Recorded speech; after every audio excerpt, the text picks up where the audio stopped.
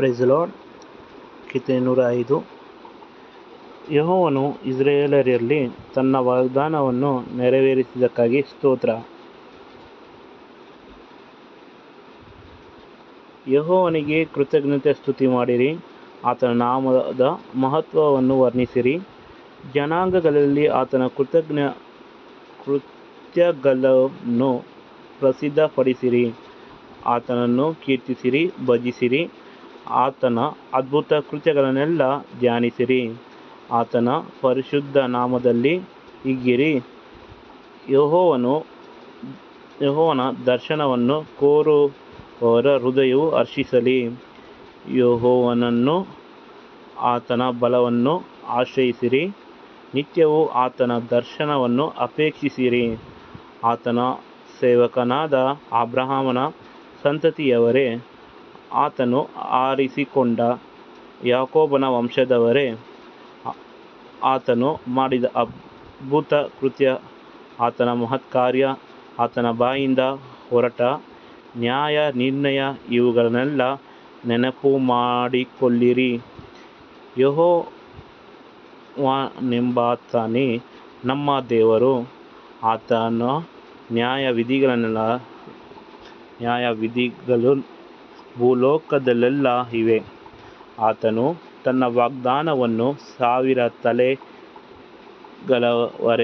ತನ್ನ ಒಡಂಬಡಿಕೆಯನ್ನು ನಿತ್ಯವೂ ನೆನಪಿನಲ್ಲಿಟ್ಟುಕೊಳ್ಳುತ್ತಾನೆ. ಆತನು ಆ ಒಡಂಬಡಿಕೆಯನ್ನು ಅಬ್ರಹಾಮನ ಸಂಗಡ ಮಾಡಿಕೊಂಡನು, ಇಸಾಕನಿಗೆ ಆಣೆಯಿಟ್ಟನು. ಅದು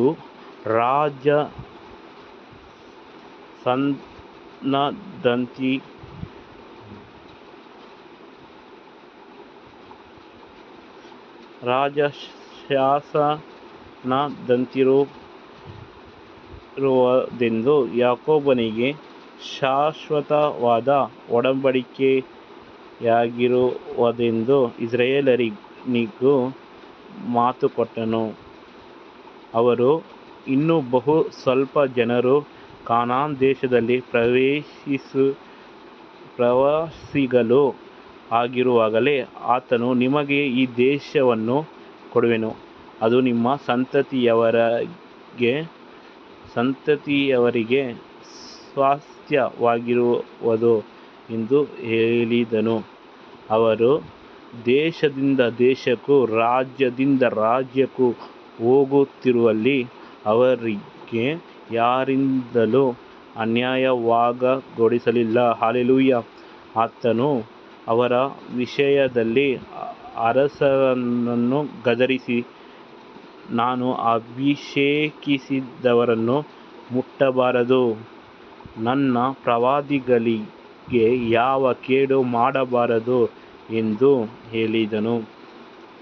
ಆನಂತರ ಆತನು ದೇಶದಲ್ಲಿ ಕ್ಷಾಮವನ್ನು ಬರಮಾಡಿ ಆಹಾರವೆಂಬ ಊರುಗಳನ್ನು ಮುರಿದುಬಿಟ್ಟನು. ಆತನು ಅವರ ಮುಂದಾಗಿ ಒಬ್ಬನನ್ನು ಕಳುಹಿಸಿದನು. ದಾಸತ್ವಕ್ಕೆ ಮಾರಲ್ಪಟ್ಟ ಯೋಸೇಫನೇ ಅವನು. ಅವನ ಕಾಲುಗಳು ಕೊಳದಲ್ಲಿ ನೊಂದವು. ಕಬ್ಬಿಣದ ಬೇಡಿಗಳಿಂದ ಅವನು ಬಂಧಿತನಾದನು. ಅವನು ತನ್ನ ಮಾತು ನೆರವೇರುವ ತನಕ ಯೆಹೋವನ ವಾಕ್ಯದಿಂದ ಶೋಧಿತನಾದನು. ಅರಸನು ಅಪ್ಪಣೆ ಮಾಡಿ ಅವನನ್ನು ತಪ್ಪಿಸಿದನು. ಸೇನಾಪತಿಯು ಅವನನ್ನು ಬಿಡಿಸಿದನು. ಅವನು ತನ್ನ ಮನೆಗೆ ಯಜಮಾನನಾಗಿಯೂ ತನ್ನ ಆಸ್ತಿಗೆಲ್ಲ ಅಧಿಕಾರಿಯನ್ನಾಗಿಯೂ ಮಾಡಿದನು. ತನ್ನ ಪ್ರಧಾನರನ್ನು ಇಷ್ಟಾನುಸಾರವಾಗಿ ಬಂಧಿಸುವುದಕ್ಕೂ ತನ್ನ ಮಂತ್ರಿಗಳಿಗೆ ಬುದ್ಧಿ ಕಲಿಸುವುದಕ್ಕೂ ಅವನಿಗೆ ಅಧಿಕಾರ ಕೊಟ್ಟನು. ಆಗ ಇಸ್ರಾಯೇಲನು ಐಗುಪ್ತಕ್ಕೆ ಬಂದನು. ಯಾಕೋಬನು ಹಾಮಾನ ದೇಶದಲ್ಲಿ ಪ್ರವಾಸಿಯಾದನು.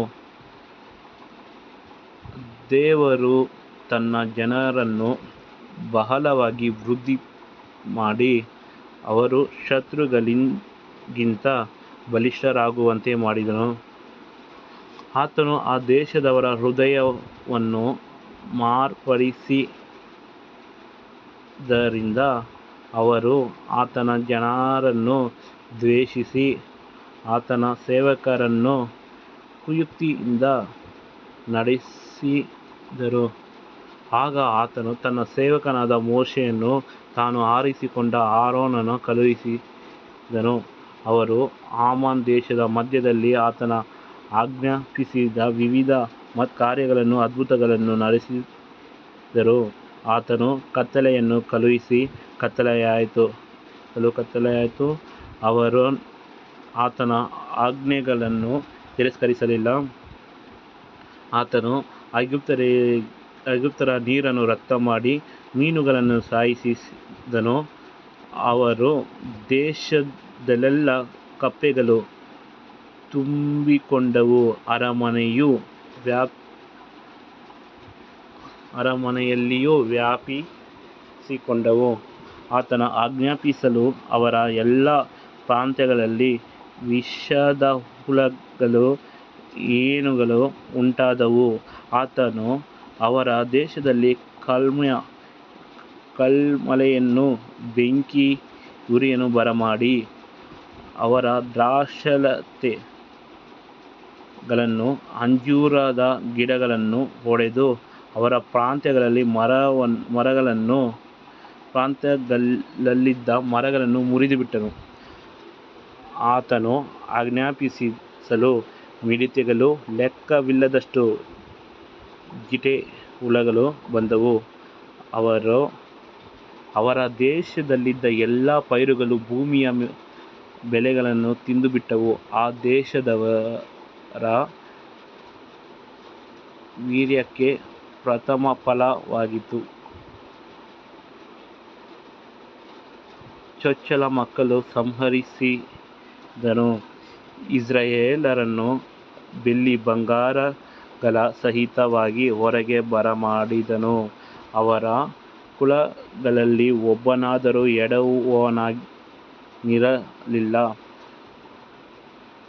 ಐಗುಪ್ತ್ಯರು ಅವರ ವಿಷಯದಲ್ಲಿ ಹೆದರಿಕೆಯುಳ್ಳವರಾದ್ದರಿಂದ ಅವರು ಹೊರಟು ಹೋದದ್ದಕ್ಕೆ ಸಂತೋಷಿಸಿದರು.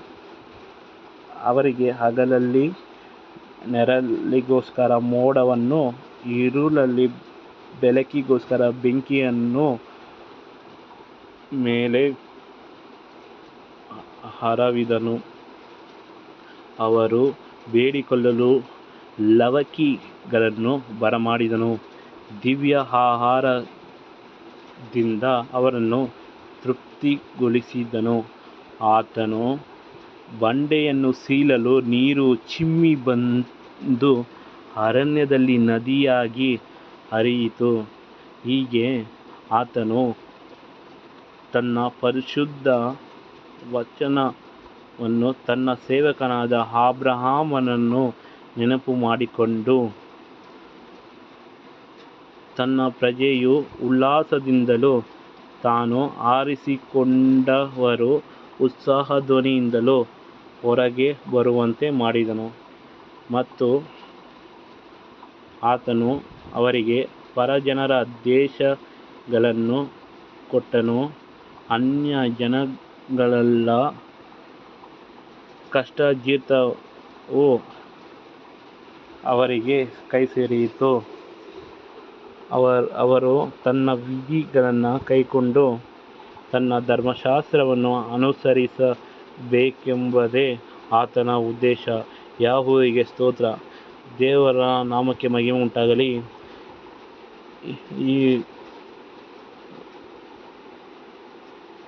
ಈ ಅಧ್ಯಾಯದಲ್ಲಿ ಈಜಿಪ್ಟರ ಅರಸನಾದ ಫರೋಹನು ಮತ್ತು ಇಸ್ರಾಯೇಲ್ ಜನರು ದಾಸತ್ವಕ್ಕೆ ಅವರ ಬಳಿಯಲ್ಲಿ ಸೇರಿದರು. ಆಗ ದೇವರು ಮೋಶೆಯನ್ನು ಮತ್ತು ಆರೋನನನ್ನು ಕಳುಹಿಸಿ ನನ್ನ ಜನರನ್ನು ಬಿಡುಗಡೆ ಮಾಡಬೇಕೆಂದು ಕೇಳಲು ದೇವರು ಈ ಆಜ್ಞೆಯನ್ನು ಕಳುಹಿಸಿದ್ದಾರೆ ಎಂದು ಹೇಳಲು, ಆದರೂ ಫರೋಹನು ಆ ಆಜ್ಞೆಗೆ ವಿರೋಧವಾಗಿ ನಾನು ಬಿಡುವುದಿಲ್ಲ ಎಂದು, ಜನರನ್ನು ನಾನು ಬಿಟ್ಟುಕೊಡುವುದಿಲ್ಲ ಎಂದು ಹೇಳುತ್ತಾನೆ. ಆ ಸಂದರ್ಭದಲ್ಲಿ ಮೋಶೆ ಹೋಗಿ ಪ್ರಾರ್ಥನೆ ಮಾಡಲು ದೇವರು 7 ವಿಧವಾದ ಕ್ರೈಸಿಸ್, ಅಂದರೆ 7 ವಿಧವಾದ ಕಷ್ಟಗಳನ್ನು ಇಟ್ಟುಕೊಳ್ಳೋಣ. ಅದನ್ನು ಮೊದಲನೆಯದಾಗಿ ನೀರನ್ನು ರಕ್ತವನ್ನಾಗಿ ಮಾರ್ಪಡಿಸಿದ್ದು, ಎರಡನೆಯದಾಗಿ ಮೀನುಗಳನ್ನು ಸಾಯಿಸಿದ್ದು, ಮೂರನೆಯದಾಗಿ ಕಪ್ಪೆಗಳು ಅವರ ದೇಶವೆಲ್ಲ ಆವರಿಸಿತ್ತು, ನಾಲ್ಕನೆಯದಾಗಿ ಏನುಗಳು ತುಂಬಿದವು, ಐದನೇದಾಗಿ ಮಿಡತೆ ಅವರ ಗಿಡ ಮರಗಳನ್ನೆಲ್ಲ ನಾಶ ಮಾಡಿಬಿಟ್ಟದು, ಆರನೇದಾಗಿ ತನ್ನ ಚಿಕ್ಕ ಮಕ್ಕಳುಗಳನ್ನೆಲ್ಲ ಸಂಹರಿಸಿದ್ದು,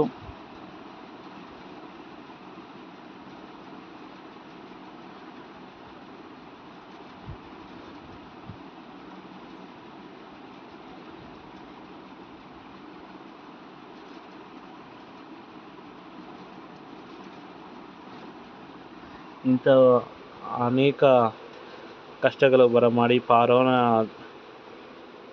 ಭಯಪಡಿಸಿದರು. ಇಸ್ರಾಯೇಲರ ವಿಷಯವಾಗಿ ಫರೋಹನನು ಭಯಪಟ್ಟನು. ಆನಂತರ ಫರೋಹನನು ಆ ಜನರನ್ನು ಬಿಡುಗಡೆ ಮಾಡಲು ಒಪ್ಪಿಕೊಂಡನು. ತರುವಾಯ ಆ ಜನರು ಐಗುಪ್ತ ದೇಶದಿಂದ ಹೊರಗೆ ಬಂದಿದ್ದ ಕೂಡಲೇ ಐಗುಪ್ತ ದೇಶದವರು ಸಂತೋಷಪಟ್ಟರು, ಏಕೆಂದರೆ ಅವರ ವಿಷಯವಾಗಿ ಇವರಿಗೆ ಭಯ ಉಂಟಾಗಿತ್ತು. ಆದ್ದರಿಂದ ದೇವರು ಅವರನ್ನು ಬೆಳ್ಳಿ ಬಂಗಾರದಿಂದಲೂ ಹೊರಗಡೆ ಬರಮಾಡಿದರು. ಬರುವ ದಾರಿಯಲ್ಲಿ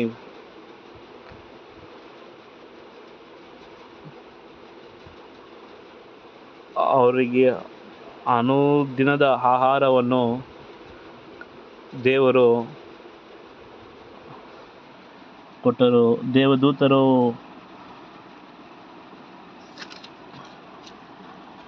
ತಿನ್ನುವ ಆಹಾರವನ್ನು, ಲವಕ್ಕಿಯನ್ನು ಕೊಟ್ಟರು. ಅನಂತರ ನೀರಿಗಾಗಿ ಬಂಡೆಯನ್ನು ಸೀಳಲು ಅರಣ್ಯದಲ್ಲಿ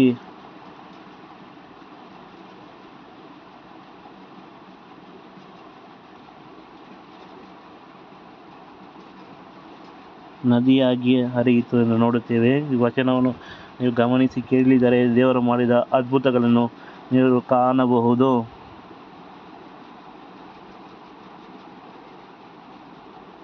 ಮತ್ತು ದಾರಿಯಲ್ಲಿ ಹೋಗುವಾಗ ಆ ಜನರು 40 ವರ್ಷಗಳು ನಡೆದರು.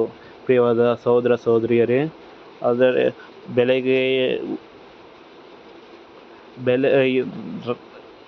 ದಿನಗಳಲ್ಲಿ ಹಗಲಲ್ಲಿ ನೆರಳಿಗಾಗಿ ಮೋಡವನ್ನು ದೇವರು ಆಜ್ಞಾಪಿಸಿದರು. ಆ ಜನರು ನಡೆಯುತ್ತಿರುವಾಗ ಅವರ ನೆರಳು ಅವರಿಗೆ ಬೇಕು ಎಂಬುದಾಗಿ. ಈಗ ಅರಣ್ಯದಲ್ಲಿ ಗಿಡ ಮರಗಳು ಅಷ್ಟು ಇರುವುದಿಲ್ಲ, ಮರಳು ಭೂಮಿಯಾಗಿರುವುದು. ಆ ಜಾಗದಲ್ಲಿ ಸಹ ದೇವರು ಅವರಿಗೆ ನೆರಳು ಬೇಕೆಂಬುದಾಗಿ ಮೋಡಗಳನ್ನು ಆಜ್ಞಾಪಿಸಿದ್ದಾನೆ. ಮತ್ತು ಕತ್ತಲಲ್ಲಿ ನಡೆಯುವಾಗ ಬೆಳಕು ಬೇಕೆಂಬುದಕ್ಕೆ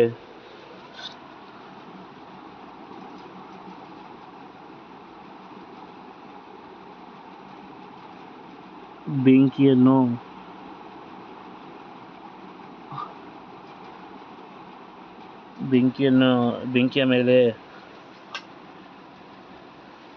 ಒಂದು ಆಜ್ಞಾಪನೆಯನ್ನು ದೇವರು ಕೊಡುತ್ತಾನೆ. ಮತ್ತು ಇಂತಹ ಅದ್ಭುತಗಳನ್ನು ಯೇಸು ಕ್ರಿಸ್ತನು ಮಾಡಿದ್ದಾರೆ.